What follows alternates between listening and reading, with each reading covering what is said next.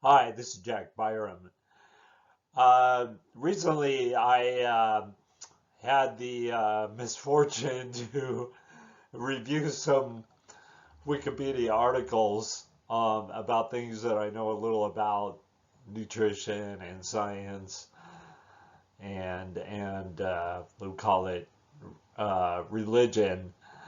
And my first review was on the nutritionist and medical doctor John A. McDougall, and I wasn't too impressed with the editorial quality of his entry on Wikipedia. And so I made a review of that, and then I was like, well, I wonder if this is systematic or if it's more than one article, because it appeared that Wikipedia itself was encouraging this um, basically sham treatment of anybody that was a little bit different, that was controversial, or that had non-reductionist ideas, or that had new ideas in medicine, even though they were based on classical thought, like those of John McDougall. And so, anyway, I don't know how I ended up going to looking to see what Wikipedia said about Deepak Chopra, and it was uh, wow. They didn't have a lot to say that was good. It's a poor quality article. It rambles. It repeats itself. It's clearly biased towards reductionist thinking, and he's a controversial figure, no doubt. And you would expect that in a biography of a living person.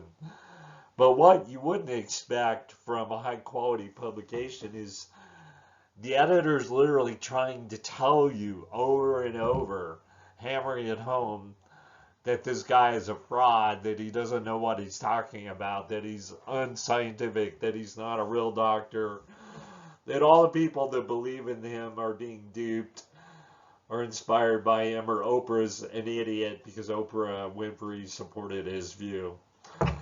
Um, and I think that's one side of it. But it's really inappropriate for basically the world's number one encyclopedia be trying to tell you how to think about an important figure in medicine and in spirituality. Um, so I just quickly wanted to review Deepak Chopra's article on Wikipedia, and just point out that I believe it shows systematic problems with Wikipedia, and these have been pointed out by the, as he says, ex-co-founder of Wikipedia, Larry Sanger, who I went and examined his reviews of current Wikipedia, and I think he's dead on that it's not really anymore about letting alternate all sides of an issue, especially controversial issue like in politics or religion. Wikipedia isn't really allowing that. What they're doing is they're literally telling you how the establishment wants you to think about something, as he notes, like Joe Biden. But he mentions alternative medicine. Um, and I think John McDougall, the doctor, and actually Deepak Chopra is another American medical doctor, the Wikipedia's just gone after. Like, how dare they threaten the status quo of materialism? How dare they think that quantum physics might have some relation to the human body and to illness and disease? How dare Chopra do that? So anyway, let's look at the article itself in a little bit of detail.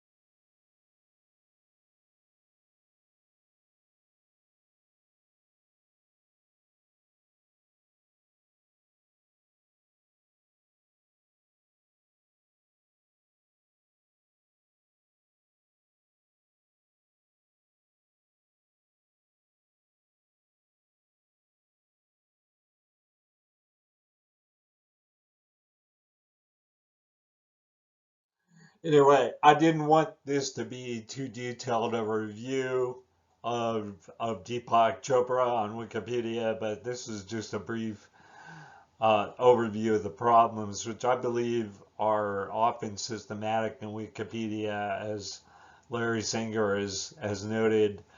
We have an establishment viewpoint on Wikipedia that won't allow presentations of alternative viewpoints, which are many times very rational and completely validated by millions of readers.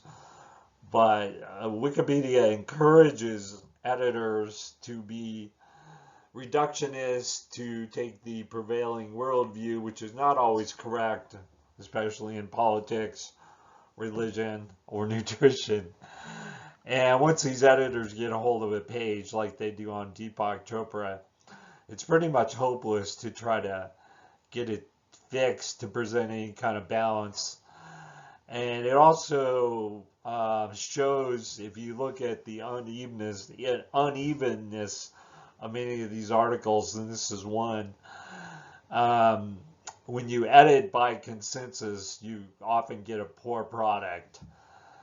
If there's not one or two people actually in charge. That's not to say that group projects are bad. They're not. But one person can listen to others and give input or take input, but then actually be in charge.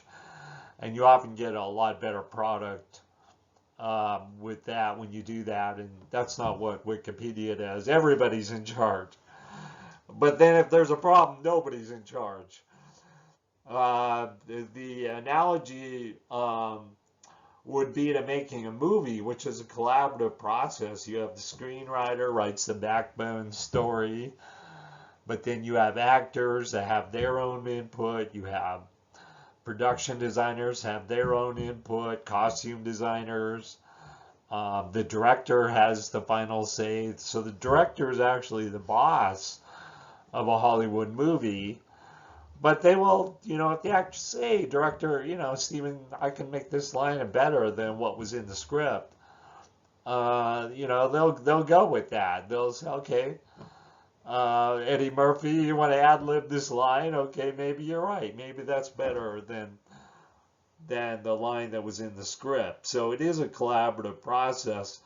But in the end, the director's in charge. For the most part, and they can control the overall output.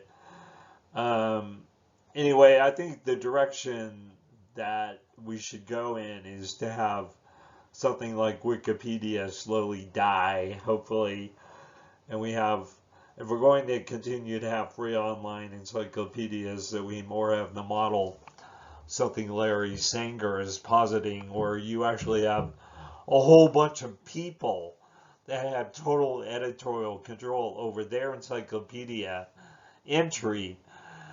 And then there will be a search engine that will show you all the different viewpoints, all the different articles, and you can pick whichever one you think is the best written and makes the most sense. And they can get independent ratings. So hopefully that's the direction we'll go. Since apparently Encyclopedia Britannica is dead. I'm crying, but it's not it's not where we're at right now in the 21st century. So thank you for your time, folks. Thank you for listening to my opinion on Wikipedia.